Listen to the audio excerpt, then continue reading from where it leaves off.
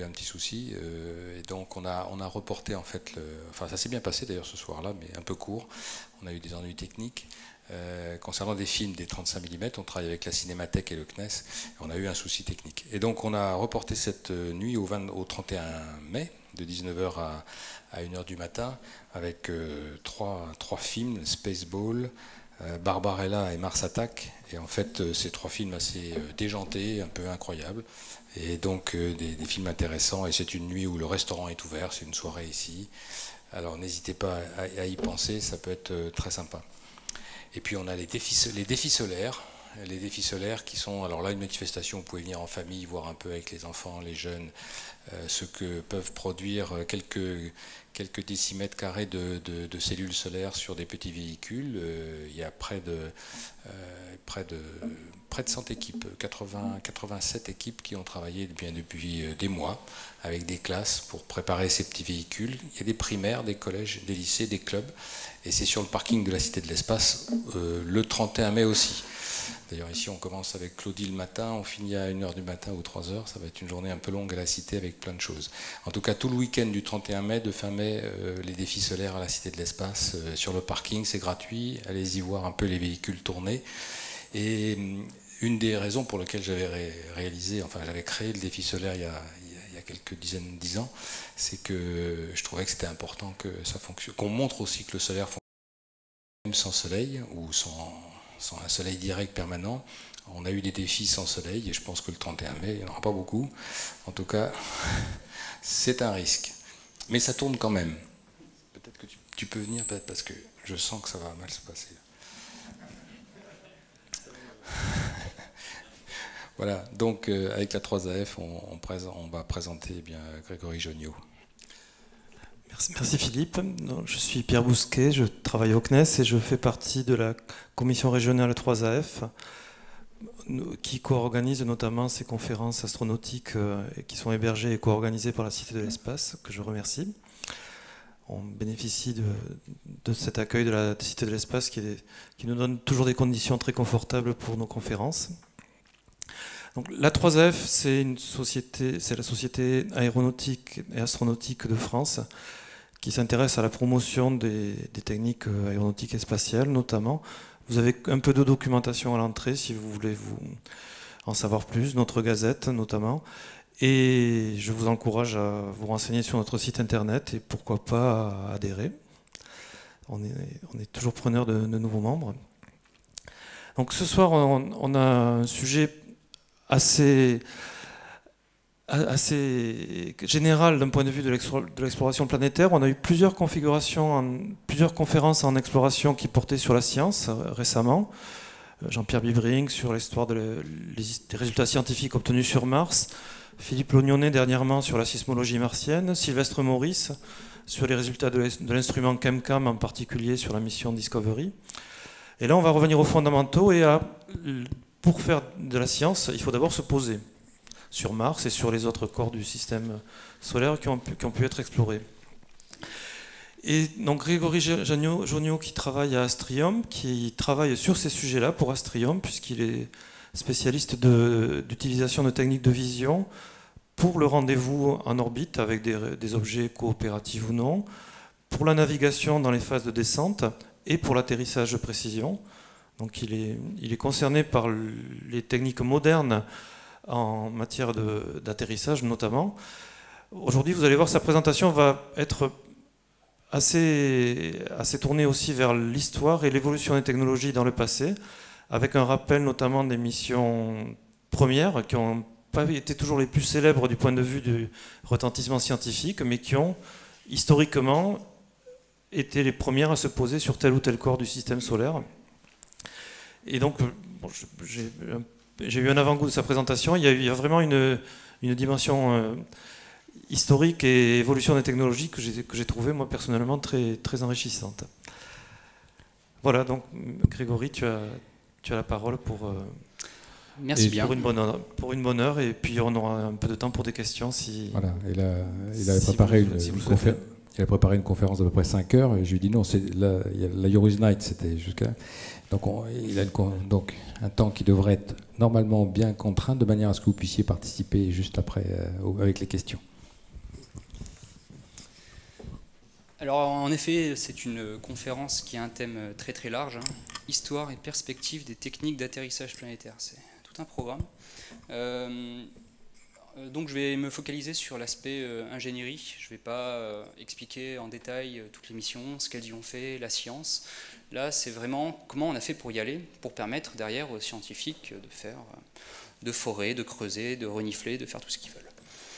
Donc, je vais parler de tout ce qui s'est baladé dans le système solaire, à part évidemment la Terre. Hein. Chaque Airbus n'est pas un atterrisseur dans le sens de cette conférence. Et tout n'a pas été visité, loin de là. Voilà l'intégralité des planètes qui ont été visitées. C'est à l'échelle. Hein. J'ai mis Jupiter, c'est un petit peu triché, mais on peut voir qu'il y a quand même pas mal de missions qui se sont posées en douceur sur les planètes du système solaire. On peut voir notamment que, on entend tout le temps beaucoup parler de Mars, où il y a plein de choses qui se passent sur Mars. C'est vrai qu'il y a plein de choses qui se passent sur Mars, mais on peut voir qu'il y a plus de 2 fois plus de missions qui sont posées, hein, de missions réussies, qui se sont posées sur Vénus par exemple. Ça, on n'entend pas beaucoup parler, surtout c'est assez ancien. Et donc voilà, on va essayer d'avoir un petit panorama de tout ce qui relie ces missions. Et on va voir aussi que c'est quelque chose qui est encore en pleine évolution. Donc le premier atterrisseur, ça date de 1966, on va voir ça juste après. En 2012, il y a le dernier en date qui s'est posé, on en a beaucoup entendu parler avec Curiosity. C'était une très belle performance. Et entre les deux, il y a quand même eu pas mal d'évolutions.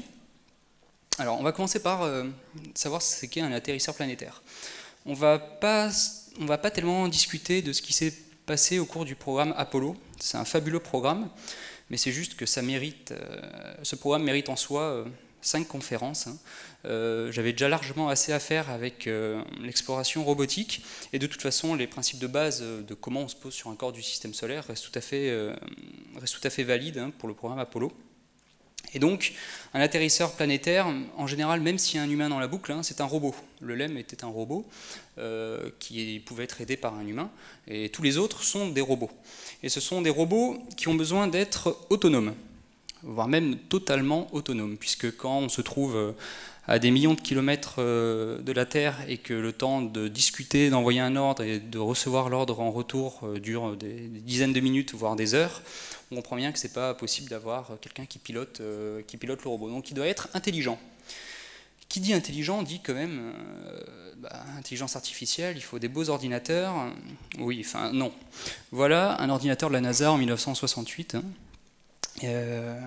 Je pense qu'il est vert de jalousie en regardant votre iPhone. Hein. Et encore, ça, c'est pas ce qu'il y avait dans le robot, c'est ce qu'il y avait au sol. Voilà ce à quoi les ingénieurs s'amusaient beaucoup au cours des années 60 pour envoyer des missions qui se sont posées avec succès ailleurs dans le système solaire. Donc la mission, je vais vous présenter une mission typique avec les différentes phases qu'il faut pour quitter la Terre et aller rejoindre un corps du système solaire. Il y a beaucoup de choses en commun entre toutes les missions. Et même dans le futur, il y a une grosse partie de tout ça qui sera encore valable. Après, on verra dans le détail comment une mission à l'autre pouvait varier. Donc la mission, c'est avant tout un décollage.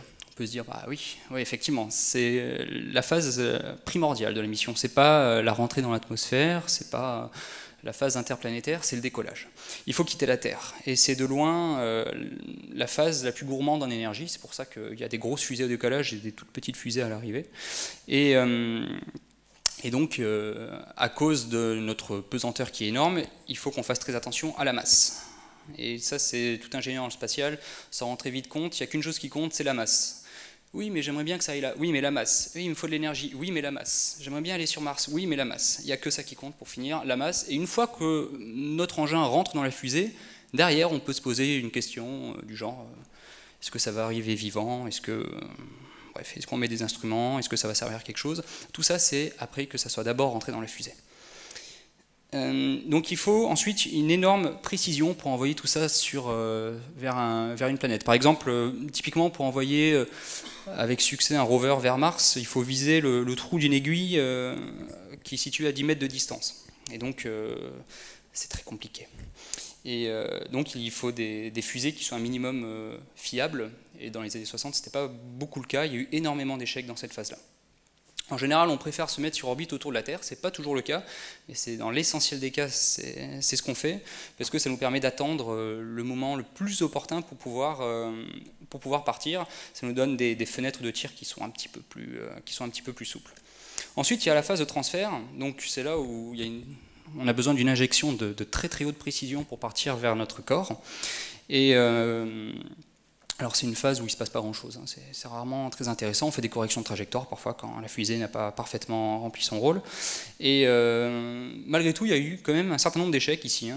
Il fait froid, parfois il fait chaud, il y a des radiations, il y a plein de choses. Les ordinateurs russes, notamment soviétiques, ils avaient souvent très chaud, ils avaient besoin de se refroidir, et ils y arrivaient différemment des ordinateurs des autres. Ils mettaient de l'air, hein. On aurait pu mettre des petites souris à l'intérieur des sondes soviétiques, il y avait de l'air pour pouvoir avoir des petits ventilateurs qui refroidissent les ordinateurs. Et ensuite, il y a la phase où on approche de notre corps et on va vouloir s'y poser. Si on a accéléré au début pour décoller, c'est qu'il va falloir décélérer à la fin pour s'y poser, surtout qu'il y a un puits de gravité, hein, au niveau des planètes. Et donc, pour ralentir, parfois il y a la chance d'avoir une atmosphère. Donc là, on va convertir notre énergie mécanique en chaleur. Donc voilà, l'énergie cinétique qui disparaît et qu'on va transformer en son et lumière. Quand on a cette chance, c'est très bien, puisqu'en général, un bouclier thermique, ça pèse beaucoup moins lourd que la quantité d'ergol qui est nécessaire d'embarquer pour ralentir de la même quantité de mouvement. Et s'il n'y a pas d'atmosphère, il n'y a pas de choix, hein.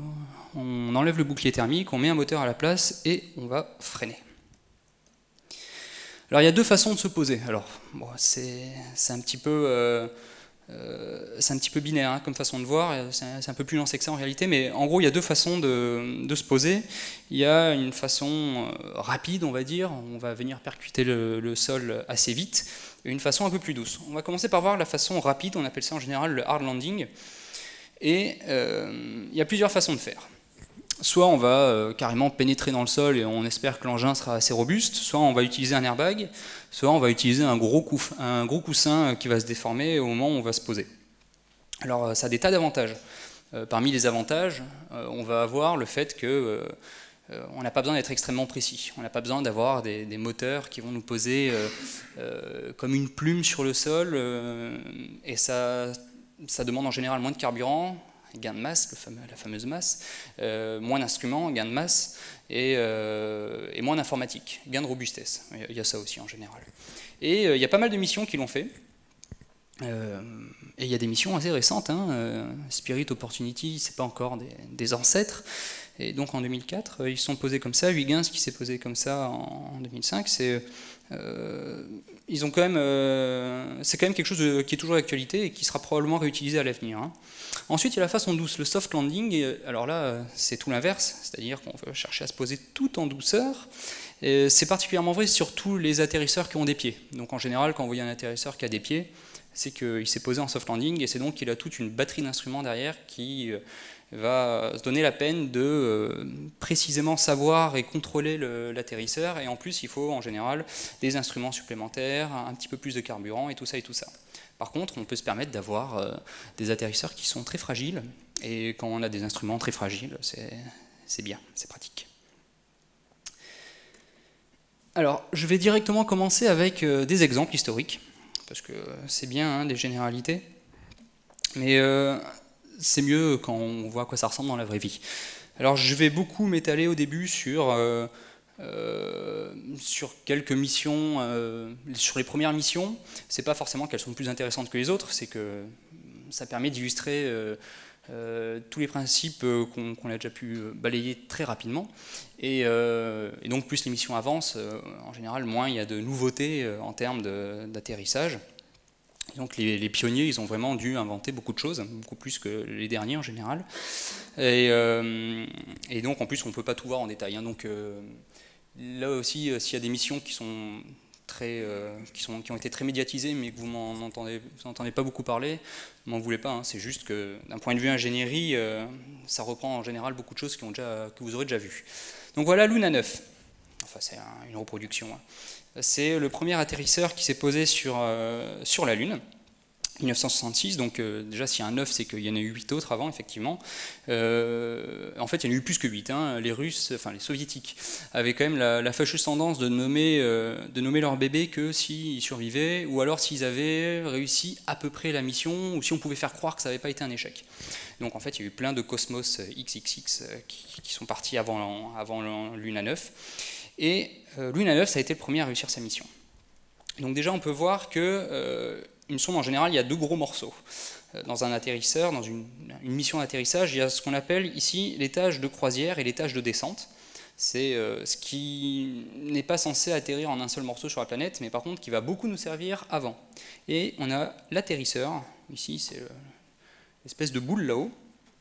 Donc l'étage de descente, c'est lui qui va s'occuper de prendre soin de l'atterrisseur et de faire en sorte qu'il va se poser tout en douceur. Donc on a en fait ici des instruments qui vont nous permettre de contrôler la descente. Ici notamment on a une antenne radar qui va se déclencher vers 100 km de haut. Ici on a un gros moteur fusée qui va pousser. Et là-haut on a le Kinder Surprise avec à l'intérieur Luna 9, donc qui va se faire éjecter juste avant de toucher le sol, une fois que le moteur a suffisamment ralenti. Là il y a un airbag qui va se gonfler. Et on le gonfle après et non avant, parce que Luna 8 s'est craché à cause de ça. Hein. L'airbag s'est crevé, ça a fait tournoyer la sonde. Donc Luna va se poser avec son airbag, ensuite va éjecter l'airbag, et on va retrouver à l'intérieur le cadeau. Voilà, la sonde. C'est très rustique, hein, c'est très rudimentaire, mais ça a fonctionné. Et donc on peut voir à quel point... Alors ça ressemble beaucoup à Spoutnik, hein, c'est un air de famille, c'est normal. On peut voir qu'il y a 4 pétales qui s'ouvrent, donc ce ne sont pas des panneaux solaires ou quoi, hein, c'est simplement pour s'assurer qu'il va atterrir à l'endroit. En fait, une fois que l'airbag est éjecté, il peut être dans n'importe quelle position.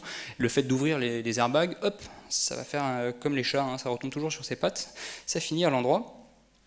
On voit les antennes ici, les antennes pour communiquer avec la Terre, un fil de plomb simplement pour savoir où est la verticale locale, c'est très pratique, ça pèse pas lourd et c'est très efficace.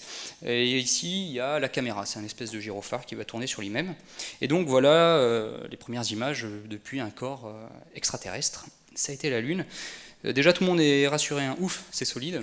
Oui, les Américains, les Russes à l'époque en plus faisaient une compétition pour aller marcher avec un humain sur la Lune, et on ne savait pas s'il allait se retrouver avec des sables mouvants jusqu'aux hanches.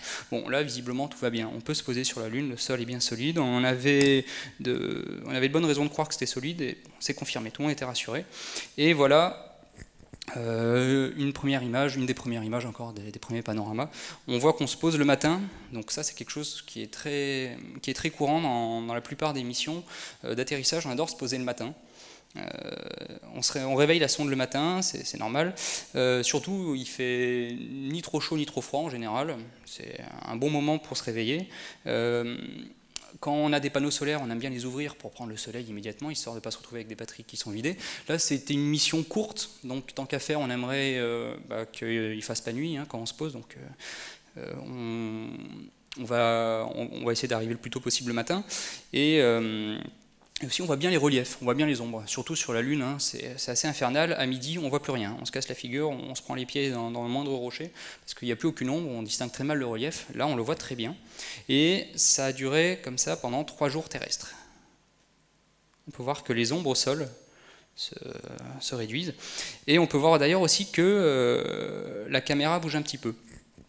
Alors déjà, le soleil, il faut 3 jours pour que les ombres se réduisent, parce que la durée du jour lunaire n'est pas la même que le jour terrestre.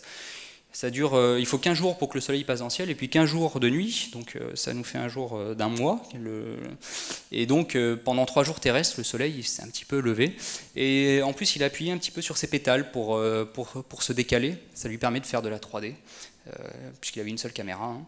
Et donc en 66, on avait de la 3D et un soleil qui se lève sur la Lune, ça vaut bien Avatar, et en plus c'est vrai. Et ensuite ils ont envoyé Luna 13 la même année. Ils ont dit waouh, cette fois-ci on va pas se faire avoir, on va envoyer 2 caméras pour faire de la 3D, c'est plus pratique. Bon, pas de bol, il y en a une des 2 qui marche pas. Et Et donc en attendant, voilà, un joli autoportrait. La sonde va rebondir plusieurs fois avec son airbag, ça permettra aux ingénieurs de déterminer vraiment quelle est la consistance du sol, c'est toujours pratique. On peut voir ici les fils qui pendent, hein. On voit bien que la sonde est un petit peu penchée sur le côté. On voit à droite un bras qui pénètre le sol, c'est vraiment pour être sûr que voilà, c'est bien dur, on va pas s'enfoncer la prochaine fois.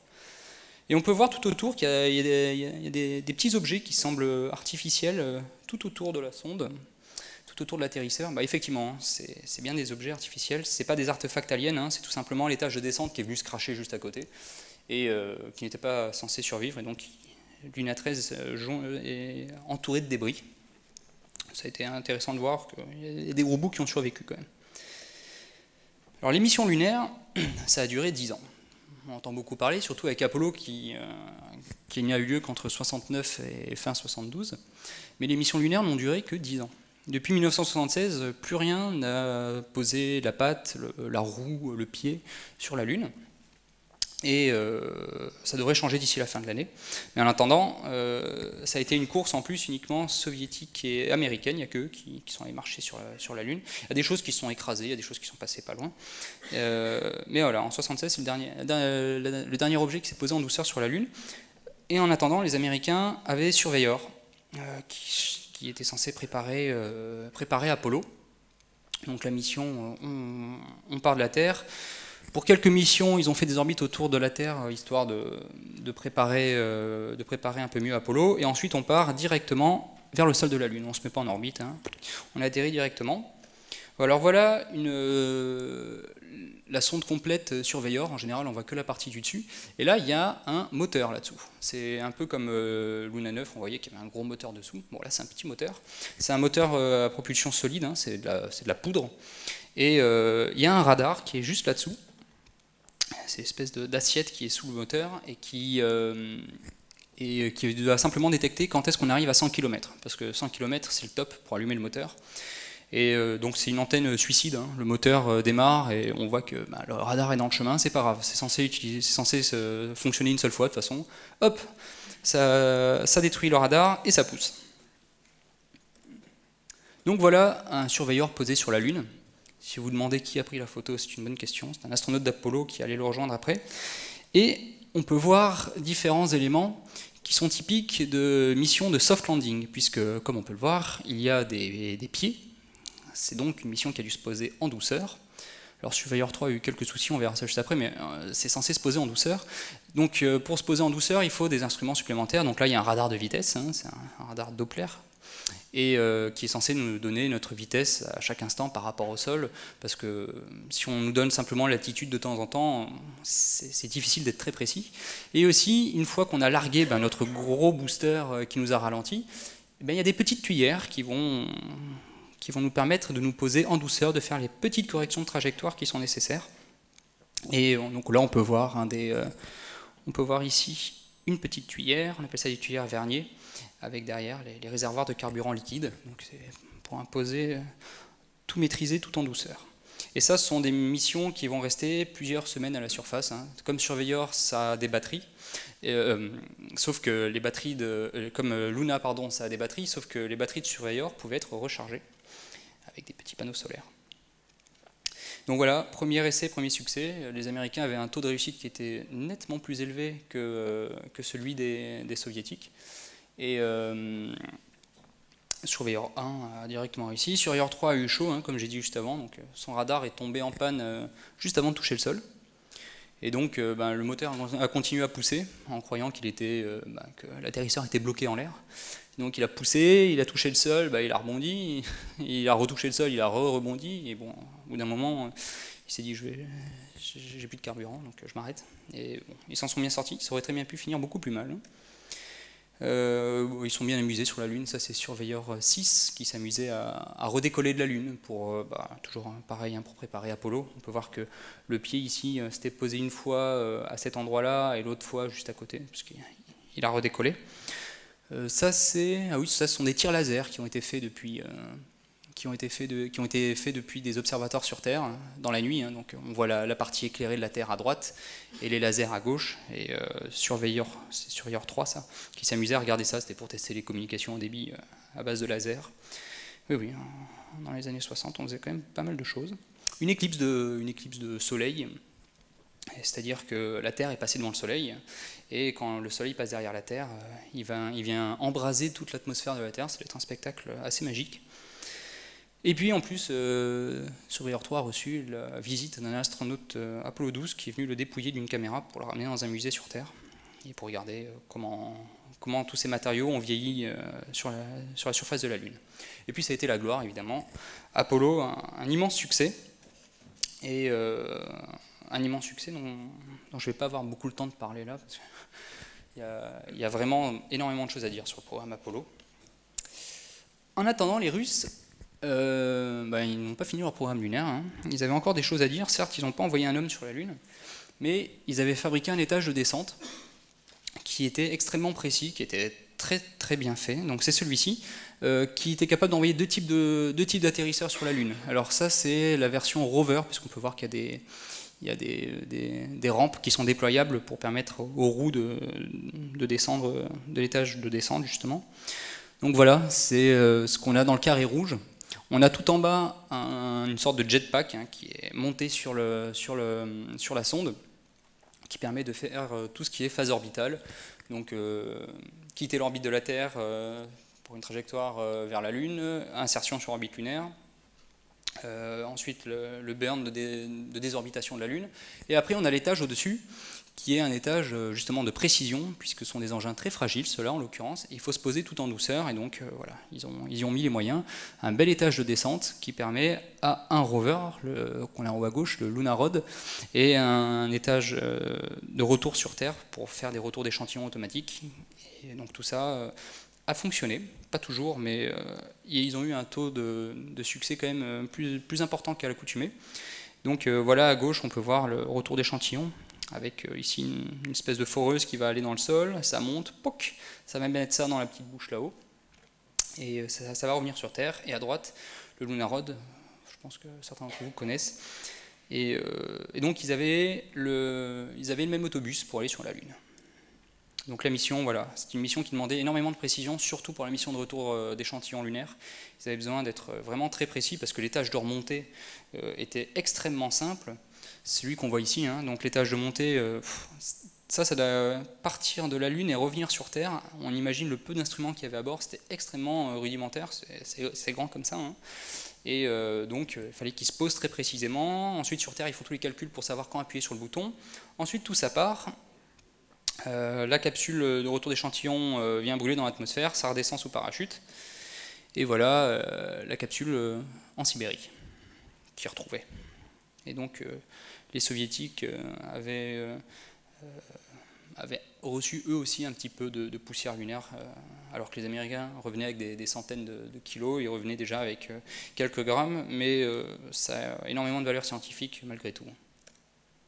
Alors derrière, oui, on voit Luna 23 qui a été pris en photo par LRO. LRO, c'est un satellite d'observation à très haute résolution qui est en orbite autour de la Lune. Luna 23 donc était un échec, puisqu'on le voit la sonde en entier là. Ici on a l'étage de retour et ici on a l'étage de descente. On en conclut qu'il y a eu un problème. Effectivement, il avait une vitesse latérale qui était trop élevée, il a basculé. Mais les Russes sont persévérants et en plus ils maîtrisent pas mal les atterrissages avec une relativement bonne précision. Et donc ils ont juste après envoyé Luna 24 qui a été un succès, qui a atterri à 2 km de là. Ils avaient vraiment envie d'y aller dans ce coin-là et pour le coup ça a été un succès. Ensuite, Vénus, c'est une toute autre affaire. C'est des techniques d'atterrissage qui sont radicalement différentes, déjà pour la principale raison qu'il y a une atmosphère. Ensuite, ça a été aussi un petit peu plus tardif dans l'histoire de l'exploration, et donc ils ont réussi à avoir un certain retour d'expérience sur ce qui marche sur la Lune, ce qui ne marche pas, notamment les étages supérieurs des fusées qui ont toujours tendance à soit pas vouloir s'allumer sur orbite, ça arrive une fois sur deux, soit parfois exploser, enfin bon bref. Donc il commençait à avoir des étages supérieurs qui commençaient doucement à fonctionner.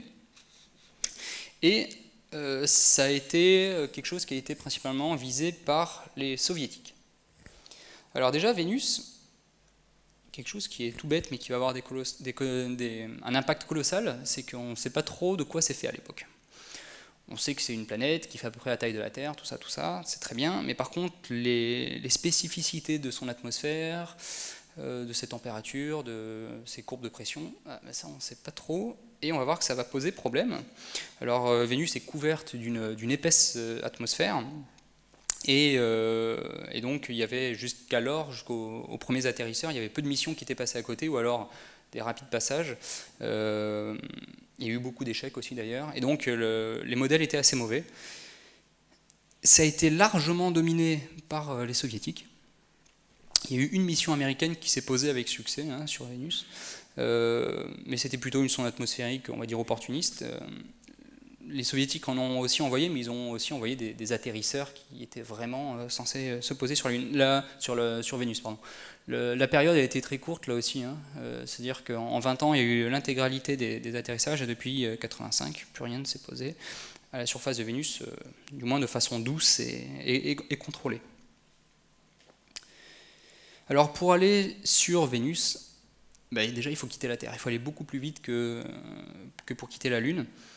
Que pour quitter la Terre pour aller sur la Lune, et en général on cherche à consommer le moins de carburant possible pour garder de la masse, et donc on adopte des trajectoires de moindre énergie type transfert de Hohmann qui vont nous amener avec malgré tout une vitesse relativement élevée en banlieue vénusienne, et derrière il va falloir freiner. Alors Vénus c'est aussi un enfer thermique, donc on a de l'eau qui bout, on a un four à 280 degrés, c'est déjà bien, on a le plomb qui fond à 327, on a Mercure qui est à 375 degrés, et on rajoute quasiment 100 degrés, et on a la température à la surface de Vénus. Et oui, il y a des engins qui ont fonctionné pendant plus d'1 heure là-dedans. Ils devaient être un peu tordus à la fin, mais ils ont fonctionné. La pression est colossale, en général, il y a plus de 90 bars de pression. C'est la pression qu'on a à peu près 1000 mètres sous nos océans.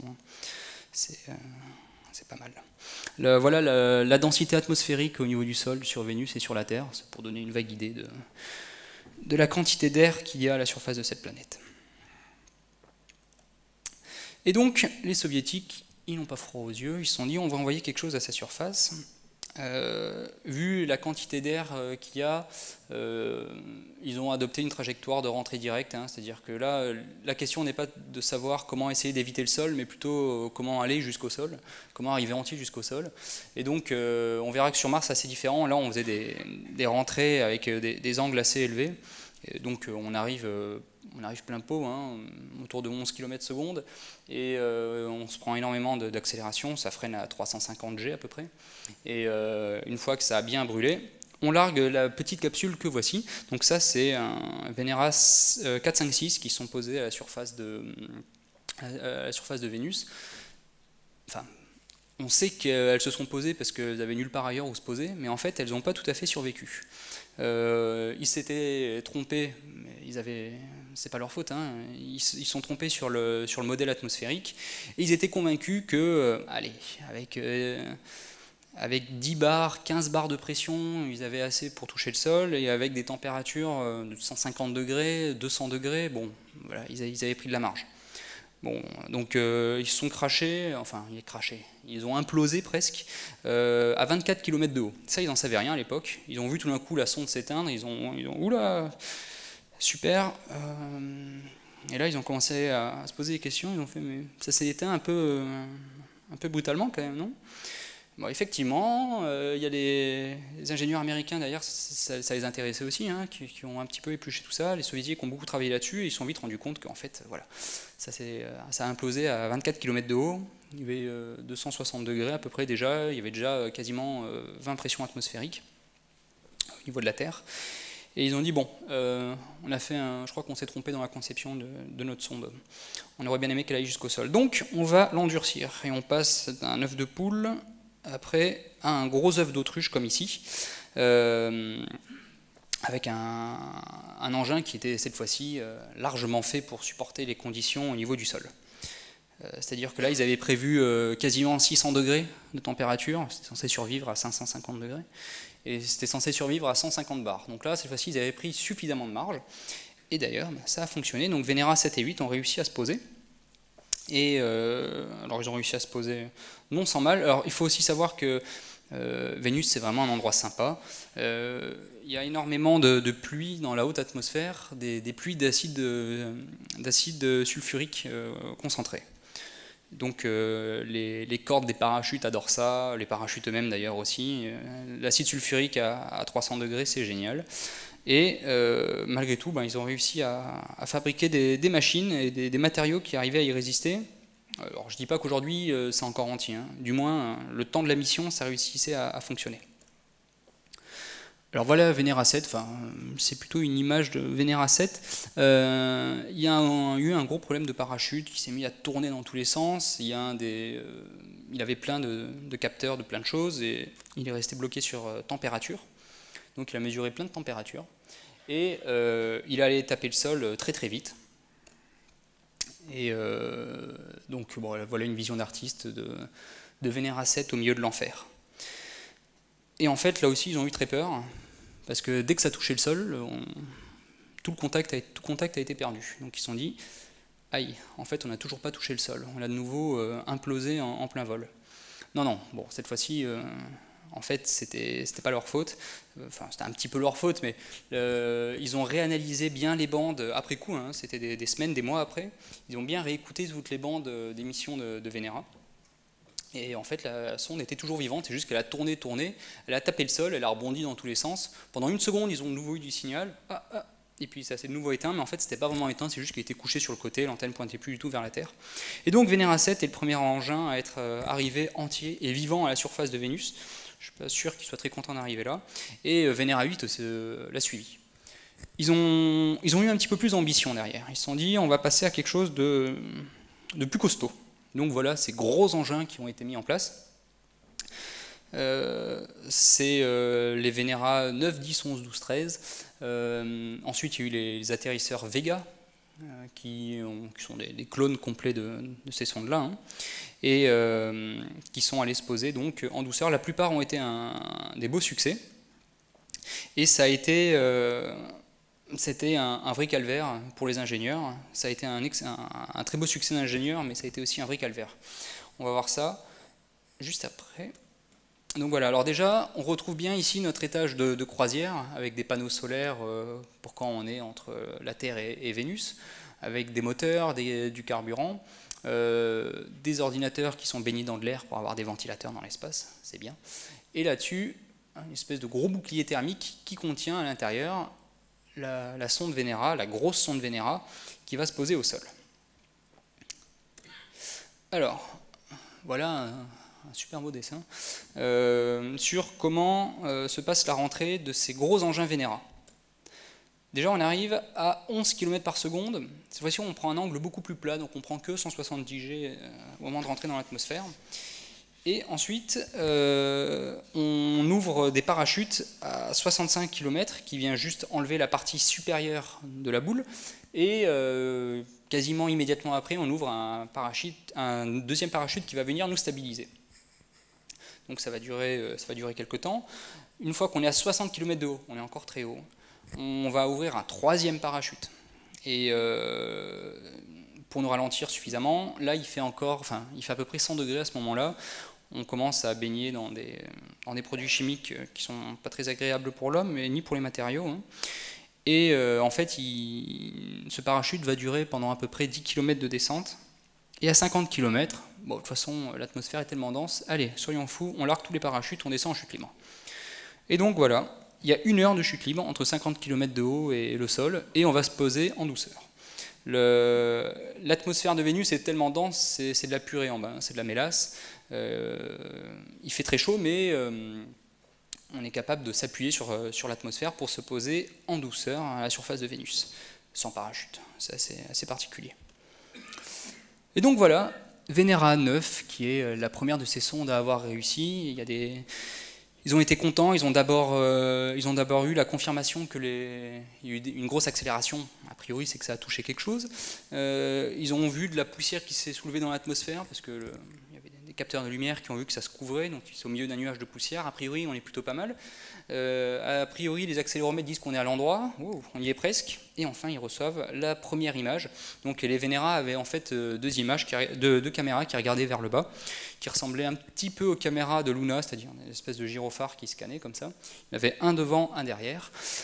Et bon, pas de bol, il y a une des deux caméras qui n'a pas fonctionné, enfin plutôt le cache d'une des deux caméras qui n'a pas réussi à partir. Alors, les Russes, ils avaient vite compris qu'avec leur taux de succès, ou plutôt leur taux d'échec, ils avaient intérêt à envoyer chaque fois les missions en double. Donc ils ont envoyé Venera 10, pas de bol, c'est l'autre caméra qui n'a rien pu voir. À la décharge des soviétiques, il faut quand même voir que c'est extrêmement difficile de tester tous ces engins sur Terre. Imaginez, il faut une cocotte minute avec 90 bars de pression, avec 500 degrés à l'intérieur. Déjà faire ça, c'est pas facile. Il faut y mettre un engin qui fait 2 mètres, et il faut tester des tas de choses. C'est-à-dire que ces engins sont conçus pour vivre dans cet enfer.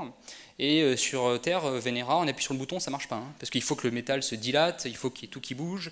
Il y a des instruments qui sont même pas censés fonctionner à cette température. Et donc, quand on teste les caméras, le cache des caméras sur Terre, si ça tombe, il faut plutôt se poser des questions. Si ça marche sur Terre, il y a toutes les chances que ça ne marchera pas sur Vénus. Hein. Donc, c'était pas facile. C'est un véritable enfer. Tous les tests, c'est pareil, hein, pour savoir quand on lâche, est-ce que ça va survivre, depuis quelle hauteur on lâche, comment simuler vraiment tous ces effets atmosphériques très très denses au niveau du sol. C'était pas facile. En tout cas, il nous a envoyé des images, pour le coup, vraiment d'un autre monde. Je trouve ça assez incroyable d'avoir des images qui viennent du fin fond de cet enfer. Et donc, ils ont décidé de corriger le cache des caméras. On y reviendra juste après. On note aussi l'anneau de descente de ces sondes, parce que ces sondes vont se poser sur un grand cercle qui contient des petits coussins qui s'écrasent. Et ça a posé quelques problèmes, on va voir ça juste après. Alors voilà, Venera 11 et Venera 12, les 2 missions suivantes qu'ils ont envoyées. Et là, bon, aucun cache n'a réussi à se larguer. Je crois qu'ils ont dû inverser un chiffre, je sais pas ce qui s'est passé. En tout cas, bon, les ingénieurs ont visiblement pas tout à fait bien fait leur boulot. Tout le reste a fonctionné. Hein. Et d'ailleurs, pendant un temps, il y avait les Américains qui se demandaient mais est-ce qu'ils ont vraiment atterri sur Vénus? Oui, oui, ils ont atterri, il y a plein de choses qui ont été ramenées, mais il n'y a pas d'image qui a été ramenée. C'est pas de bol. Donc, retour à la planche à dessin, on redéfinit comment un cache doit s'enlever d'une caméra, et on va voir que tous les problèmes ne sont pas encore résolus. Voilà Venera 13 qui se pose. Alors déjà, on peut voir qu'il y a 2 bandes là sur la diapo, effectivement. Les 2 caméras ont fonctionné. On peut voir d'ailleurs les 2 caches des caméras qui sont jetées par terre. Là. Il y a un pénétromètre, on appelle ça. Hein. C'est un peu comme sur Luna 13, quelque chose qui va toucher le sol pour voir voilà, est-ce que c'est dur ou pas. Et on note l'anneau qui est par terre. Il est devenu un peu plus agressif. Là, hein. Il a des grandes piques qui sortent. Ça, c'est tout simplement parce que la basse atmosphère de Vénus était quand même relativement mal modélisée. Et la façon dont le flux d'air venait taper sur l'espèce de parasol qui était sur le dessus de la sonde, qui servait quelque part de parachute, était très turbulent, et la sonde tournait dans tous les sens. Ils avaient des mesures, ils voyaient le soleil qui tournait dans tous les sens.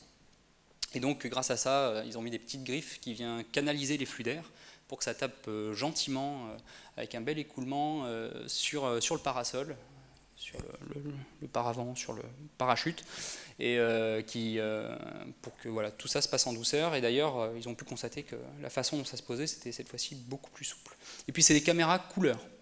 Ça se voit peut-être pas, hein, mais bon, c'est jaune là-bas, c'est très très jaune. Et puis voilà, Venera 14, sa sœur jumelle, qui est venue se poser. Bon, pas de bol, le pénétromètre est venu taper pile là où le cache de la caméra était tombé. Et pour les missions suivantes, on aurait pu leur conseiller de mettre une ficelle, un peu comme pour les caches des appareils photo. Non, les missions suivantes, c'était les missions Vega, et ils n'ont pas mis de caméra à bord, c'était plus simple. En tout cas, ça reste des très beaux succès. On peut voir que ça donne pas très envie d'aller s'y poser, enfin, d'aller y passer ses vacances. Il fait très chaud, la roche fond à moitié. Sur Vénus, ils ont envoyé des missions radar, hein, ils voyaient de la neige partout en haut des montagnes. C'est quelque chose qui brillait vachement au radar. Bah, c'est pas de la neige, c'est du métal fondu qui est venu s'évaporer et qui est venu se poser en haut des montagnes. C'est parfait pour les vacances. Donc voilà les missions Vega ensuite qui sont parties et qui en ont profité pour lâcher des petits ballons. Là aussi, hein, les ballons étaient assez robustes, hein, pour baigner dans les pluies d'acide pendant des jours. Et ils ont explosé au moment où ils ont été jetés dans la nuit, et au moment où ils sont arrivés dans le jour, leur enveloppe s'est déchirée. Et donc il y avait aussi 2 landers, cette fois-ci ils n'avaient pas de caméra. Ceux-là. Les Américains, ça c'est souvent assez méconnu d'ailleurs, ils ont aussi envoyé des sondes atmosphériques, hein, sur Vénus. Ils en ont envoyé 3 petites et une grosse qui étaient ensemble sur un seul étage de croisière qu'on peut voir ici. Et il y a donc voilà la grande sonde, la plus grande des sondes. Et en fait, il y a 2 des petites sondes qui ont réussi à survivre à l'impact. C'est-à-dire qu'ils espéraient que ça atteigne le sol. C'était avant tout des sondes atmosphériques, hein, c'est pas vraiment proprement parler des atterrisseurs. Et il y en a 2 qui ont réussi à survivre jusqu'au sol. Il y en a une qui a survécu 2 secondes, super, et une autre qui a survécu plus d'1 heure. Donc bon, c'est qu'elle avait quand même, elle s'était quand même posée relativement doucement, ou alors sur quelque chose de mou. Et cette grosse sonde qui a été utilisée sur Vénus, alors parfois il y a des raccourcis étranges, hein, dans le monde de l'ingénieur, mais ils ont réussi à la réexploiter directement pour une autre mission. D'ailleurs, on peut le voir ici en test à cette occasion dans un grand bâtiment de la NASA. Ils s'amusaient à le jeter avec un parachute du haut du bâtiment. Il s'agit de Jupiter. Donc, c'était la mission Galileo, hein, qui a jeté une sonde atmosphérique dans Jupiter. Et cette sonde, c'est une presque copie parfaite de la sonde qui était allée sur Vénus quelque temps avant. Alors, ça a permis de réduire le coût, mais en même temps, ça a été difficile de tenir bien longtemps dans l'atmosphère. Au début, il faisait très froid, donc ils ont quand même mis un petit peu d'isolant supplémentaire. Et dans Jupiter, quand on y rentre, il fait très vite très chaud. Et après quelques temps, donc, elle est rentrée dans l'atmosphère avec un petit parachute, et elle a implosé après quelques temps. Elle avait franchi seulement 0,2% de l'atmosphère de Jupiter. Voilà. Et c'était déjà pas mal, il faisait déjà 150 degrés à cet endroit-là. Je vous laisse imaginer ce qu'il y a au centre de la planète. Et puis, il y a eu les atterrisseurs martiens. Alors les atterrisseurs martiens ont commencé à peu près en même temps que la conquête, quelque part, de Vénus. Ça a été largement dominé par la présence américaine. Et malgré tout, les soviétiques ont été les premiers à réussir à se poser sur Mars, ce qui a été assez compliqué. Notamment parce qu'ils n'avaient aucune idée une très mauvaise idée, un petit peu comme pour Vénus, des modèles atmosphériques martiens. Et donc, comment envoyer une sonde qui est censée se freiner dans l'atmosphère, tout ça, si on n'a pas des modèles qui sont très précis. Eh bien, ils ont pris des grosses marges de partout. Ils ont envoyé beaucoup plus de carburant que nécessaire. Ils ont envoyé un bouclier qui était un petit peu surdimensionné. Et pour finir, ça a fonctionné. Donc, pour aller sur Mars, c'est un petit peu comme sur Vénus, sauf que c'est l'inverse. C'est-à-dire que cette fois-ci, on va vers l'extérieur. Mais sinon, les principes restent les mêmes, hein. Étage de croisière, on attend typiquement 9 mois à peu près pour aller de la Terre jusqu'à Mars avec le minimum de carburant. Et on arrive avec une vitesse de quelques kilomètres secondes dans l'atmosphère de Mars.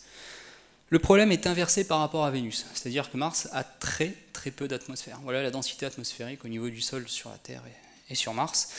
Et c'est très compliqué parce que pour se freiner avec quelques molécules d'air, il faut des stratégies différentes.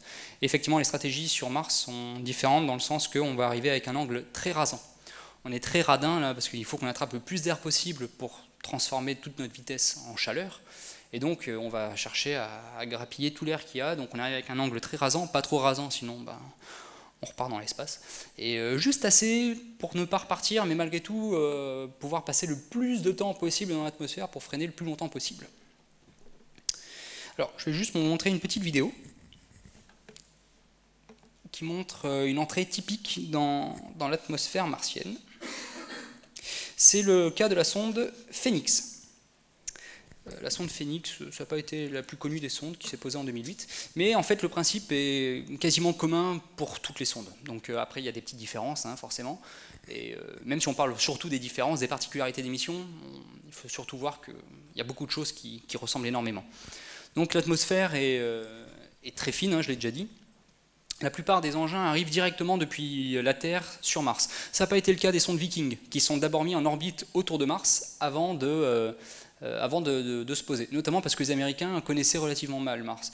Ils avaient choisi des sites d'atterrissage, ils disaient c'est là qu'on a envie de se poser. Ils ont bien fait de d'abord se mettre sur orbite parce qu'ils ont remarqué que là où ils voulaient se poser, c'était rempli d'éboulis et tout ça. Et donc, ils ont changé le site d'atterrissage de plusieurs centaines de kilomètres. Ensuite, on a notre bouclier thermique qui fait son travail. Voilà, il fait son travail. Il nous freine. Chaque seconde qui passe, chaque degré qui nous brûle, c'est autant de kilos de carburant qu'on économise au décollage. Donc on est content, on est content. On espère que ça dure le plus longtemps possible. Et en général, la plupart des engins ici, à ce stade-là, sont en mode purement balistique, hein, c'est-à-dire avant de rentrer dans l'atmosphère, on se dirige très précisément pour rentrer dans le petit couloir de rentrée qui va bien. Et Curiosity, MSL, a été la première sonde à inaugurer le pilotage hypersonique sous bouclier, c'est-à-dire qu'il a été capable de se balancer d'un côté et de l'autre pour faire des virages, pour un petit peu mieux choisir là où il a envie d'atterrir et pouvoir aussi profiter un petit peu plus longtemps d'être dans l'atmosphère pour se freiner toujours plus. Et ça permettait aussi d'ailleurs de réduire un petit peu la charge sur le bouclier thermique. Construire un bouclier thermique, c'est très compliqué, hein, il faut bien connaître l'atmosphère. C'est d'autant plus remarquable pour les premiers engins qui sont arrivés sans trop connaître l'atmosphère. Il y a tout qui compte, hein, les vitesses d'approche, les densités évidemment, mais il y a même la composition de l'atmosphère qui peut rentrer en jeu quand on dessine un bouclier thermique. Et bon, MSL, certes, a réussi à bouger, mais c'est en jetant des ballasts de plusieurs dizaines de kilos qu'il a réussi à tourner. On verra dans les perspectives que si on arrive encore à améliorer ça, on pourra faire des choses nouvelles quand même. Donc ça dure assez longtemps, cette rentrée sous bouclier, tant mieux, c'est ce qu'on cherche. On peut voir qu'on est déjà très très bas, à 24 km de haut. À l'échelle de la Terre, c'est très bas. À l'échelle de Mars, c'est encore haut, hein. On est très très haut, l'atmosphère est encore extrêmement raréfiée. De toute façon, elle est raréfiée jusqu'au niveau du sol, mais elle est encore plus là-haut. Il n'y a pas beaucoup d'air. Mais vu les vitesses démentes auxquelles on voyage, ça suffit malgré tout encore à nous ralentir. Ensuite, il y a un moment, il va falloir larguer le bouclier thermique. Et il faut le larguer au bon moment, parce que ça pèse très lourd malgré tout. Et si on attend trop, il va nous tirer avec lui jusqu'au sol et on va s'écraser. Et si on n'attend pas assez et qu'on le largue un peu trop tôt, on se retrouve avec les flux d'air qui vont venir abîmer l'atterrisseur. Et donc tout ça, c'est une histoire de timing. Et en général, on préfère larguer le bouclier thermique une fois qu'on a ouvert un petit parachute qui va nous stabiliser. Alors là aussi, en général, les missions martiennes, il y a un seul gros parachute qui va nous servir. Et on préfère utiliser un parachute pour les vitesses élevées, pour les vitesses faibles. Mais après, il y a différents designs de rentrée qui peuvent permettre l'un ou l'autre, avec un ou plusieurs parachutes. Donc là, en l'occurrence, Phoenix, voilà, il y a ce parachute qui va sortir. Ça nous ralentit d'un coup sec. C'est une sacrée décharge hein, qu'il y a dans les cordes à ce moment-là. Je le rappelle, l'atmosphère est très peu dense, donc c'est-à-dire que là, si on jetait ça sur Terre, il descendrait tout doucement, beaucoup trop doucement. Et donc là, il a largué le bouclier thermique qui ne nous sert plus à rien, c'est un poids mort. Hein. Et bon, dans le cas de Phoenix, ensuite, il a ouvert ses pieds. En général, c'est une phase assez passive hein, de la mission. À ce moment-là, on est plutôt dépendant des vents et de notre approche initiale. Et on attend simplement, on allume tous nos capteurs, hein, on allume les radars, on a notre centrale inertielle qui tourne, on a plein de capteurs. Et on attend le bon moment pour allumer notre phase finale d'approche. Alors les phases finales, ensuite, ça peut dépendre beaucoup d'un atterrisseur à l'autre. C'est surtout la phase finale qui change. Tout ce qu'il y a eu avant, jusqu'à présent, c'est à peu près commun à toutes les missions. Par exemple, Mars 3, la première mission, a simplement attendu d'être à une certaine hauteur du sol pour allumer des grosses rétrofusées et de s'écraser sur le sol en profitant d'avoir des coussins qui s'amortissent. Donc il avait une espèce de structure déformable. Et il est tombé très vite, c'était typiquement du hard landing. Et donc l'œuf ne s'est pas cassé, hein, il a survécu. C'est une approche quasiment similaire qu'il y a eu pour Mars Pathfinder par exemple, ou Spirit ou Opportunity, sauf qu'à la fin, eux, ils ont gonflé des airbags. Mais c'était aussi du hard landing. Là par contre, c'est du soft landing. À quoi on s'en rend compte? Parce qu'il a des pieds. Et donc, il faut se poser tout en douceur. Sinon, si on arrive avec une vitesse, notamment une vitesse latérale qui est un peu trop élevée, hop, on va capoter. Donc, on a envie de se poser en douceur, donc il faut plus d'instruments, et il faut aussi une phase finale où on ne fait pas à la grosse et on se sert des airbags. Il nous faut là aussi des petits moteurs. En général, ce sont des moteurs à ergol liquide qu'il nous faut, qu'on peut contrôler très précisément. Et donc, dès qu'on est au ras du sol, en général, c'est typiquement autour de 1000 mètres, on va se détacher du parachute et on va descendre sous les rétrofusées. Il y a MSL Curiosity qui a dû utiliser un autre système parce que le principe était à peu près le même. Il aurait bien aimé avoir des rétrofusées pour se poser tout en douceur, mais c'est un engin qui est beaucoup plus lourd, donc il aurait fallu des fusées beaucoup plus puissantes, à tel point qu'ils avaient peur que les fusées abîment l'engin pendant qu'il se pose. Donc il fallait monter tout ça. Et pour finir, après plein de discussions, ils ont décidé de le mettre au bout d'une corde, très haut. C'est pour ça qu'il y a cette fameuse technique du sky crane, il y a la grue. Et ça a aussi l'avantage que le rover ne risque pas de se retrouver embourbé sur l'étage de descente qui était posé sous lui, donc il a directement mis les roues sur le sol, c'était royal. D'ailleurs, une image assez spectaculaire de MSL, où on voit les traces qui démarrent au milieu de rien. Il n'y a pas d'atterrissage, on voit des traces de roues qui démarrent au milieu de rien. Donc voilà la phase ici de rétrofusée. C'est pas une grue, ici c'est directement sous l'atterrisseur, et ça devrait se poser en douceur. Ça fait des gros trous dans le sol. D'ailleurs, Phoenix a bien vu qu'il a creusé le sol, on voyait la glace en dessous, ça fait des trous. Et c'est un petit peu gênant parfois quand même pour les engins qui sont statiques comme ça, parce que quand après ils cherchent à étudier la composition du sol, ils trouvent que le sol ressemble étonnamment au carburant qu'il avait. Et donc ça fait partie des problèmes des scientifiques. Ça. D'ailleurs, ça fait partie des discussions entre scientifiques et ingénieurs. J'aimerais que tu utilises quelque chose de pas trop polluant dans tes moteurs. Oui, mais... Enfin bon.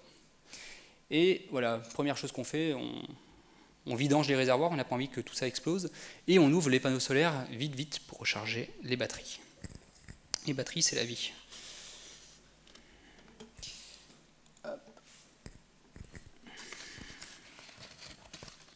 Donc, voilà ici résumé quelques techniques d'atterrissage sur Mars.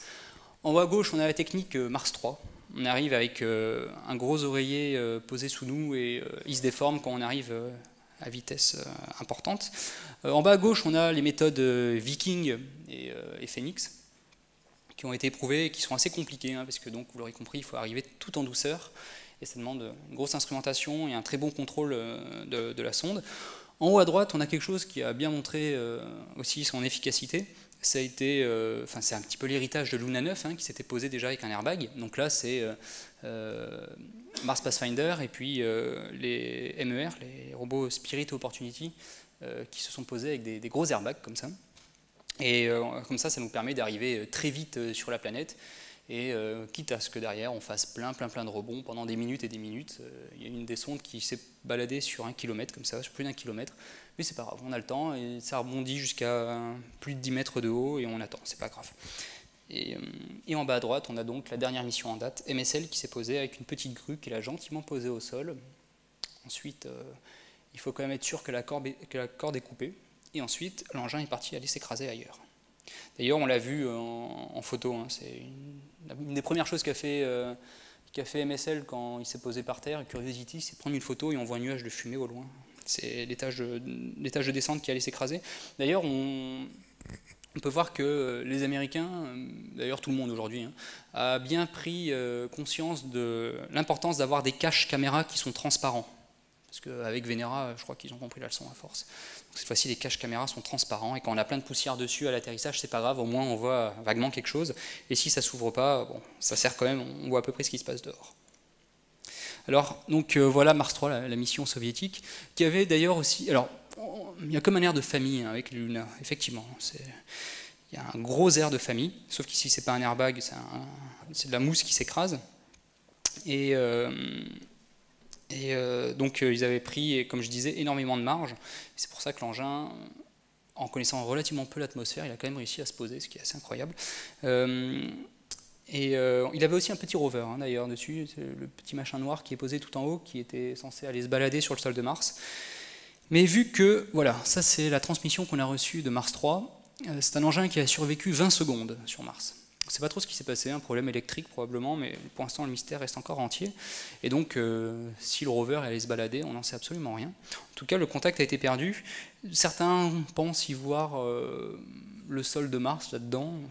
Enfin, moi, j'y vois pas ça. Mais en tout cas, bon, c'est le premier engin pour lequel on a eu confirmation qu'il s'était bien posé en douceur sur Mars. Et l'actualité, d'ailleurs, fait bien les choses, puisqu'on vient de retrouver Mars 3 dans des images de très haute résolution qui ont été prises du sol de Mars. En haut à gauche, on voit son parachute. En bas à gauche, on voit son bouclier thermique qui a été largué. Et là, les deux flèches rouges, on voit la flèche de gauche, on voit l'étage de descente avec la rétrofusée, hein, donc il y a une espèce de corde qui maintient le haut de la sonde, et donc qui allait s'écraser juste à côté. Et en bas à droite, il y a la sonde en elle-même qui s'était posée, et elle a l'air d'être à l'endroit. Donc c'est quand même assez incroyable. En 2013, on vient de retrouver Mars 3 qui s'était donc posé en 71. Et puis voilà, toutes les missions qui sont allées réussir leur mission. Voilà, Viking 1 et Viking 2. Alors Viking, donc j'ai déjà dit, hein, ils ont orbité autour de Mars avant d'aller se poser. Et Viking 2 d'ailleurs a eu un petit peu peur, il a fait le syndrome du surveilleur 3, c'est-à-dire son radar est tombé en panne juste avant de toucher le sol. Et donc le radar a dit « Oulala, mais en fait je suis beaucoup plus haut que ce que je croyais ». Donc il a changé de programme de vol et il a appuyé très très fort sur les moteurs. Mais bon, heureusement c'était une demi-seconde avant de toucher, et donc ils ont touché le sol plus doucement que prévu, simplement. Donc ils ont fait un atterrissage, c'était pas prévu, mais ils sont posés encore plus doucement que prévu. Par contre, cette fois-ci, ils avaient pensé au coup, à savoir, si on touche le sol, on met des détecteurs, et comme ça on coupe les moteurs. Ils ont bien fait, parce que sinon ça allait repartir, je sais pas où. Ils sont bien amusés. Donc voilà la première vraie, entre guillemets, image du sol de Mars, du moins celle qui ressemble à quelque chose. C'est Viking 1 qui montre son pied. Ce sont des engins qui avaient des réacteurs nucléaires, des mini-réacteurs à base de plutonium pour générer l'électricité, des RTG on appelle ça, c'est ce qu'on peut voir à gauche, hein, dans les boîtes. Et ça leur permet de s'affranchir de tout ce qui est panneaux solaires et autres énergies renouvelables. Donc ils n'avaient pas besoin de se poser le matin en l'occurrence, c'est pour ça qu'ils ne l'ont pas forcément fait. Ça, ils ont fait de l'astronomie, c'est beau, hein. C'est Phobos vu dans le ciel. Voilà, c'est beau. Ouais, ça c'est un beau lever ou coucher de soleil, je sais plus. Bref, c'est le soleil, on va dire un coucher de soleil vu par Viking 2. C'est un de ces panoramas assez magiques quand même. Et puis ils ont vécu longtemps à la surface, hein. Donc on peut voir, ils ont vécu 4 ans et 7 ans. Et donc voilà, ils ont eu le temps de voir plusieurs années martiennes défiler. Il y avait voilà, ça c'est du givre de gaz carbonique. Il fait très froid. C'est du givre de gaz carbonique qui se posait sur le sol. Les deux sondes étaient posées à 180 degrés de la planète, ce qui faisait que quand la planète tournait, on avait en permanence quelqu'un avec qui parler. C'était bien trouvé. Ensuite, Mars Pathfinder, donc, qui a posé son fameux rover sur Mars, lui au moins on est sûr qu'il a roulé. Mars Pathfinder a fait beaucoup de bruit, c'était la première médiatisation via Internet, tout ça. Il faut bien voir que c'était une mission scientifique un petit peu au rabais, entre guillemets. C'était avant tout un démonstrateur, hein. C'est pour ça que ça s'appelle Pathfinder, c'est l'éclaireur. C'était avant tout un démonstrateur technologique. On a d'abord demandé aux ingénieurs ce qu'ils voulaient, et une fois qu'ils avaient fini la sonde, c'est presque comme ça que ça s'est passé, on a demandé aux scientifiques ce qu'ils pouvaient en faire. Et donc, en attendant, ça a été un excellent succès. Et je pense que ça fait beaucoup de bien à ce domaine-là, qui a pu bénéficier notamment d'un retour du public qui a été très positif et qui a permis de nouvelles missions beaucoup plus ambitieuses d'exister par la suite. Donc voilà, Spirit et Opportunity, hein, les MER qui sont posés sur Mars en 2004. Spirit s'est éteint dans le froid en 2010. Opportunity est toujours en train de se balader à la surface de Mars. Donc voilà, ça c'est le bien fondé des énergies renouvelables. Il y a tellement à dire sur ces missions que je ne saurais pas trop par où commencer. Je vais simplement dire que Spirit c'était plutôt l'alpiniste, hein, il est monté sur des collines, il est monté à 107 mètres de haut. Et Opportunity a traversé un grand désert. Aujourd'hui, il a traversé plus de 35 km et il est toujours en vie. C'était censé durer 90 jours. Et voilà, Opportunity, ça fait bientôt 10 ans qu'il y est et il fonctionne encore. Alors ensuite, voilà Phoenix là-haut, donc vous avez vu une jolie séquence 3D sur comment Phoenix est allé se poser sur le sol de Mars. Ça s'est posé dans les régions polaires de Mars, donc il a eu très très froid, et effectivement il n'a pas survécu au premier hiver martien. Et en bas, Curiosity, le mont Sharp. On entend beaucoup parler ces temps-ci, et je pense qu'il y a des gens qui pourraient beaucoup mieux en parler que moi. Ensuite, on va rapidement terminer avec deux types de missions un petit peu plus exotiques, avec notamment les missions vers les astéroïdes. On appelle ça des small bodies, des petits corps. Alors, un atterrisseur, parfois c'est un terme un petit peu galvaudé. Hein. Donc, pour aller sur un astéroïde, on fait un petit peu comme pour aller vers n'importe quelle planète. Par contre, on a intérêt à arriver beaucoup plus doucement, parce que la pesanteur, la gravité, le champ de gravité généré par ces astéroïdes est extrêmement faible. Et donc il faut arriver tout en douceur. Il faut faire un petit peu comme quand on va se docker sur la Station Spatiale Internationale. Il faut arriver comme une fleur. Et donc voilà, il n'y a rien qui pèse sur ces engins-là. Donc ça génère quand même pas mal de problèmes, mais ça apporte aussi beaucoup de solutions. Notamment, voilà, on n'a même pas besoin de pieds. Hein. On peut se poser comme ça, on peut poser même un satellite tel quel, on ne risque pas de l'abîmer. Alors ça dépend quels astéroïdes, il y en a quand même qui sont assez costauds, mais ceux qui ont été visités par des atterrisseurs, c'était quand même des petits machins. Et donc le toucher, on va plutôt dire que l'atterrissage, l'astéroïdage, s'est très bien passé. Alors par exemple, ça c'est la mission Near-Schumacher de la NASA, qui allait se poser sur un astéroïde Eros. Alors, c'était pas du tout prévu dans la mission. Enfin, pas du tout prévu. Il y avait peut-être un ingénieur un jour qui avait fantasmé là-dessus, mais c'était pas du tout prévu qu'un jour l'engin se pose. Hein. Mais il a fait une orbite qui doucement a spiralé vers l'intérieur, au plus proche de l'astéroïde une fois que sa mission était terminée, hein, une fois qu'il y avait quasiment plus de carburant. Donc, il s'est mis à descendre tout doucement. Et voilà, la dernière image qu'il nous a transmise, prise à quelques centaines de mètres de haut, et on peut voir le bas de l'image, il n'y a plus rien qui est transmis parce que l'engin est venu racler sur le sol. Et on peut voir, c'était un satellite, hein, c'était pas du tout conçu pour se poser, il avait des panneaux solaires, il n'avait pas de pieds, il n'avait rien du tout. Et on peut le voir à droite, c'est une vision d'artiste évidemment, qui s'est posé tranquillement couché sur le sol de l'astéroïde. Et comment on sait que... Pourquoi j'en parle ici? C'est parce qu'on est certain que l'engin a survécu, puisqu'on a continué à communiquer avec lui pendant 15 jours. On a parlé avec lui, il nous transférait des informations scientifiques d'importance. Alors forcément, l'antenne était plus pointée vers la Terre, donc on ne pouvait plus envoyer d'images, tout ça, ça aurait été rigolo. Mais en plus, les caméras étaient dessous, et il y avait une chance sur deux. Là, en l'occurrence, elles étaient enfoncées dans le sol, elles étaient sous terre. Et donc, on a quand même pu continuer à communiquer avec lui pendant quelques temps. Et donc, voilà, c'était un atterrissage réussi pour les Américains. Et aussi surprenant que ça puisse paraître, c'est le premier endroit où les Américains étaient les premiers à se poser. Voilà. Et depuis... Enfin, c'est le seul endroit, d'ailleurs. Hein. C'est le seul endroit où les Américains ont été les premiers à se poser. Voilà. Ensuite, les Japonais ont fait pareil avec un autre astéroïde. Itokawa, qui était un engin beaucoup plus petit pour le coup. Alors certes c'est gros, hein, on peut voir l'ISS à côté, mais je veux dire c'est à taille humaine. Hein. On pourrait presque voir un homme se balader dessus, là c'est un tout petit bidule, alors que Eros, l'astéroïde de la mission précédente, faisait quelques dizaines de kilomètres. Là c'est un astéroïde qui est tout petit, qui fait quelques centaines de mètres.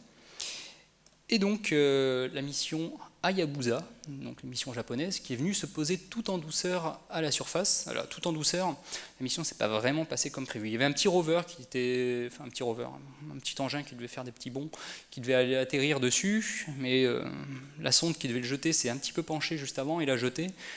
Donc aujourd'hui ça tourne autour du Soleil. Il y a un marqueur, donc c'est la petite boule qu'on peut voir hein, en bas, un marqueur qui a été jeté avec succès, donc une sorte d'atterrisseur malgré tout, une petite boule qui n'avait d'autre objectif que d'indiquer où était le sol à la sonde. Et cette sonde, elle avait une espèce de canon, c'est une espèce de tube qu'on voit dépasser en dessous, qui est venu s'approcher du sol, qui devait toucher le sol, tirer un obus, qui devait envoyer projeter de la poussière dans le canon. On referme vite les poussières avant qu'elles retombent, et on envoie tout ça sur Terre. Bon, ce qui s'est passé, c'est qu'il s'approchait de l'astéroïde, juste avant de toucher le sol, on a perdu le contact, et on l'a retrouvé en train de remonter. On s'est dit, oula, qu'est-ce qui s'est passé entre les deux? Tout ce qu'on savait, c'était que le canon n'avait pas été tiré. Et donc, bon, on l'a ramené sur Terre en espérant qu'on trouve quelque chose. Donc voilà, une belle étoile filante, c'est un atterrisseur terrestre, si on veut. Et c'est une mission qui a été un immense succès, à ceci près qu'il y a un petit boulet qui n'est pas parti, et à la grande joie des scientifiques japonais en premier plan, ils ont bien retrouvé des poussières à l'intérieur. Le simple fait d'avoir touché le sol, la gravité est tellement ridicule, infime, que ça suffit à propulser des poussières dans le tube quand même. Et puis Titan. Titan, ça a été une affaire assez folle. Les Américains ont fait une mission qui coûte très très cher, très ambitieuse, qui est toujours en cours, qui s'appelle la mission Cassini. Et les Européens ont eu l'idée folle d'aller poser un atterrisseur sur Titan, la plus grosse lune de loin de Saturne. C'est une lune très particulière, c'est la petite bille orange qu'on peut voir là-haut. Une lune qui est très grosse, je veux dire, il n'a pas une taille ridicule par rapport à Mars, et qui a une atmosphère très épaisse. Il y fait 1,5 fois la pression atmosphérique. Il y fait moins 180 degrés. Mais malgré tout, ça reste un endroit très exotique. Il y a des mers de méthane avec probablement un peu d'azote liquide aussi. Donc c'est un endroit très étrange. Les Européens, ils avaient prévu une mission prévue pour que l'engin... Donc c'est une sonde atmosphérique avant tout, c'est pas un atterrisseur. Disons que l'atterrissage, c'était plus le bonus, la cerise sur le gâteau. Et ils ont réussi à avoir la cerise sur le gâteau. Ils avaient tout prévu, ils avaient même prévu que l'engin se pose dans du liquide pour pouvoir étudier le liquide. Bon, pas de vol pour eux, ils ne sont pas posés sur du liquide, mais ils ont quand même réussi à se poser sur cette lune. Se dire que se poser sur une lune d'une planète qui est à 1 milliard de kilomètres de la Terre, c'est quand même assez incroyable. C'est probablement l'endroit le plus exotique dans lequel une machine humaine est probablement allée. Et donc l'atmosphère, vu que la planète est beaucoup plus petite que la Terre malgré tout, la pression atmosphérique est très élevée, ça veut dire qu'elle a une atmosphère qui est très volumineuse. Donc la phase sous bouclier thermique commence relativement haut.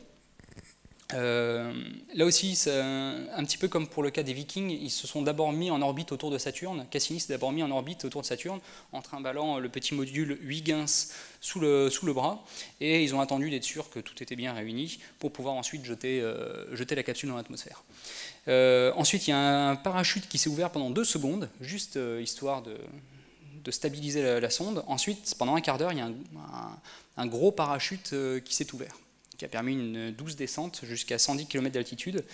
Et en fait, il y avait des conditions notamment de géométrie, c'est-à-dire que Huygens continuait à transmettre ses données à la sonde qui lui passait au-dessus. Donc il fallait terminer la mission avant que la sonde s'en aille, avant que Cassini s'en aille.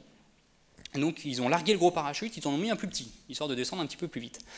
Et pendant 2h15, le Huygens s'est doucement ballotté sous son parachute et a touché le sol de Titan. Et donc voilà le sol de Titan. Donc on voit des gros cailloux, ce sont des cailloux de glace d'eau, parce qu'à moins 180 degrés, on se doute que l'eau elle est relativement solide. Et ça fait, d'ailleurs, il ne s'est pas posé sur quelque chose de très dur, ça fait sbroch quand il s'est posé. Et dans une sorte de boue, probablement, enfin ce sont des molécules organiques très complexes. Et d'ailleurs, ils ont eu des fumées qui s'échappaient parce qu'il avait allumé une petite lampe juste avant de se poser et ça a sublimé, ça a évaporé le sol qui s'est mis à fumer. En tout cas, c'était le premier endroit où les Européens ont été les premiers à se poser. Et ça a été, bon, pour le coup, c'est pas n'importe quoi comme endroit quand même. Alors, je vais simplement terminer cette conférence en parlant de demain, parce qu'il y a quand même pas mal de choses à dire pour demain. Alors déjà, niveau européen, qu'est-ce qui nous attend ? Alors dans l'immédiat, il y a ExoMars. Alors ExoMars n'a pas eu à attendre sa mission pour subir bien des désagréments. Actuellement, c'est toujours en vie. Ça a l'air bien parti pour se réaliser. Donc ça a été scindé en 2 missions, une mission en 2016, une mission en 2018. C'est celle de 2018 qu'on voit ici avec le gros rover qui est posé dessus. En 2016, il y aurait un démonstrateur de rentrée atmosphérique. Et donc on croise les doigts pour cette mission. J'espère qu'elle va partir en temps et en heure. Pour l'instant, au début, c'était une mission européenne. Et puis, il y a les Américains qui sont venus, puis les Américains sont partis, puis les Russes sont venus. Pour l'instant, on en est là, on va voir comment ça se passe. Et à droite, on a la mission Rosetta. Alors, elle aussi, elle a subi beaucoup de désagréments. Elle devait partir, il y a bien longtemps de ça, vers la comète Virtanen. Et il y a eu des problèmes avec Ariane, notamment un premier vol qui s'est assez mal passé. Et donc, elle est restée au hangar pendant quelques temps, le temps de lui trouver une nouvelle comète, puisque c'est bien la destination qu'elle devait rejoindre. C'est aussi un corps, pour le coup, qui est assez exotique. Et aujourd'hui, c'est la comète Churyumov-Gerasimenko qui est visée et qui devrait être atteinte en 2014. On peut voir un petit atterrisseur qui est jeté sur la comète. Donc, c'est il s'appelle Philae. C'est un petit atterrisseur qui va aller se cramponner dessus, parce que comme pour les astéroïdes, hein, la pesanteur est infime, et donc pour être sûr, quand on se pose, de ne pas rebondir dans l'espace, il a prévu des petites ancres, des harpons qu'il va aller planter dans le sol pour rester bien accroché. Il va prendre des photos de la surface. Je vous conseille de suivre ça de près, donc c'est pour l'année prochaine. Alors je parle aussi de la Chine, qui devient un acteur majeur et qui propose des sujets pour le moins enthousiasmants à l'avenir. Et déjà, c'est eux qui vont nous proposer quelque chose de concret le plus tôt, puisque décembre 2013, hein, donc cette année, ils vont envoyer la mission Chang'e 3. Ils en ont déjà envoyé 2. Qui ont été des succès. Et les Chinois, ils ont un taux de succès qui est vraiment très élevé, donc je pense qu'on peut leur faire confiance pour le fait que ça va fonctionner. Et donc voilà le rover. Ça ressemble un petit peu au Lunar, surtout au niveau des roues. Pour le reste, sinon, c'est de la technologie d'aujourd'hui. Hein. Ils n'ont pas envoyé du matériel des années 70. Et je pense qu'on devrait recevoir des tas de données intéressantes. On devrait voir comment se passe la phase d'atterrissage. Je n'ai pas encore pu récupérer toutes les informations que je voulais sur Internet pour voir un petit peu comment ça se passe. Les Chinois sont assez discrets sur leur programme. En tout cas, c'est quelque chose qu'on devrait suivre, je pense, avec beaucoup d'intérêt. Et niveau américain, on va me dire déjà, ça ressemble beaucoup à des choses qu'on a déjà vues. Ça. Effectivement, les Américains, ils ont prévu une mission certaine qui s'appelle InSight, qui est un copier-coller, on va dire, presque de la mission Phoenix, qu'on a déjà vue. C'est son image à gauche. Et il faut savoir que Phoenix, le Phoenix qui renaît de ses cendres, s'appelait déjà comme ça parce que ça renaissait de ses cendres de la mission Mars Surveyor 2001, qui n'a jamais existé, et de la mission Mars Polar Lander qui s'est crashée. Donc, ils font une réutilisation intelligente de leurs outils pour pouvoir aller se poser de nouveau sur Mars. Et ensuite, on peut voir MSL à droite, Curiosity, qui a été un tel succès qu'ils ont bien envie de capitaliser là-dessus aussi et d'en envoyer un autre prochainement. Donc là aussi, il faut suivre un petit peu l'actualité. En tout cas, c'est pas prévu avant quelques années, ces deux missions. Alors, demain, au niveau des technologies, il y a encore un paquet de choses à faire. C'est-à-dire qu'on pourrait croire qu'on a presque tout développé, tout ça. Oh là là, non, il y a encore beaucoup de choses à faire.